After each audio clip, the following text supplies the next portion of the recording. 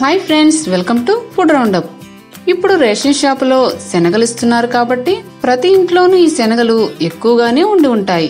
ఇవి ఎక్కువ కాలం నిల్వ ఉంటే పురుగు పట్టే అవకాశం ఉంది. వీటిని వేస్ట్ చేసుకోకుండా మనమే ఇంట్లో శనగపప్పు అలాగే శనగపిండి చాలా సింపుల్ గా తయారు చేసుకోవచ్చు. నేను ట్రై చేశాను, చాలా బాగా వచ్చాయి. ఇది మీకు కూడా హెల్ప్ అవుతుందని ఈ వీడియో చేశాను.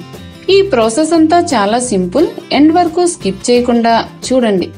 ఫ్రెండ్స్, ఇంతవరకు మన ఛానల్ ఎవరైనా సబ్స్క్రైబ్ చేసుకోకపోతే వెంటనే సబ్స్క్రైబ్ చేసుకోండి. అలాగే పక్కనున్న బెల్ ఐకాన్ మీద క్లిక్ చేసి ఆల్ ని ఓకే చేయండి.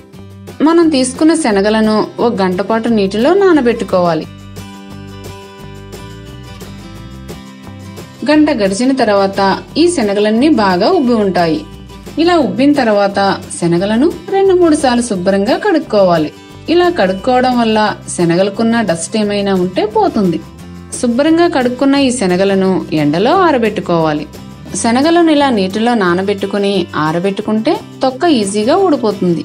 కొందరు శనగలను నీటిలో నానబెట్టకుండా డైరెక్ట్ గా ఎండలో ఆరబెట్టుకుని పప్పు చేసుకోవాలనుకుంటారు. అలా చేసుకోవడం వల్ల తొక్క ఊడడం కష్టమవుతుంది.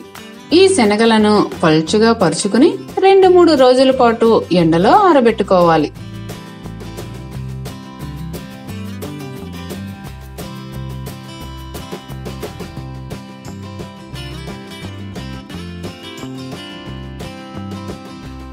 ఈ శనగలు బాగా ఆరిపోయి గలగల శబ్దం వస్తున్నప్పుడు నీళ్లు పట్టించుకోవాలి. మన ఇంట్లో తిరగలున్నట్లయితే తిరగల్లో వేసుకుని కూడా వీటిని పప్పులో చేసుకోవచ్చు.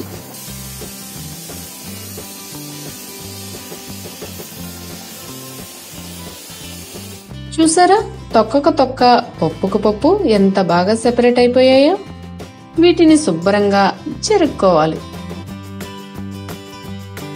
చూడండి, పప్పు ఎంత బాగా వచ్చిందో. షాప్ లో కొంటే శనగపప్పు ఎలా ఉంటుందో సేమ్ అలాగే వచ్చింది కదూ. ఈ పప్పును పోపుల్లో వేసుకుంటాము.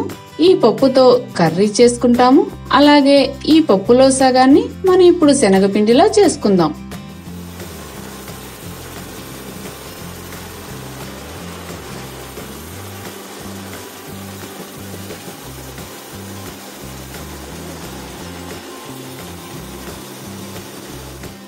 చూడండి, శనగపిండి కూడా చాలా బాగా వచ్చింది. ఈ శనగపిండితో మనం రకరకాల స్వీట్స్, హాట్స్ చేసుకోవచ్చు.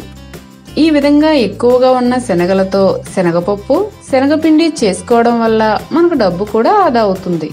ఈ వీడియో మీకు నచ్చినట్లయితే లైక్ చేయండి, షేర్ చేయండి. మరిన్ని మా వీడియోల కోసం ఫుడ్ రౌండప్ ఛానల్ ని సబ్స్క్రైబ్ చేయడం మర్చిపోకండి.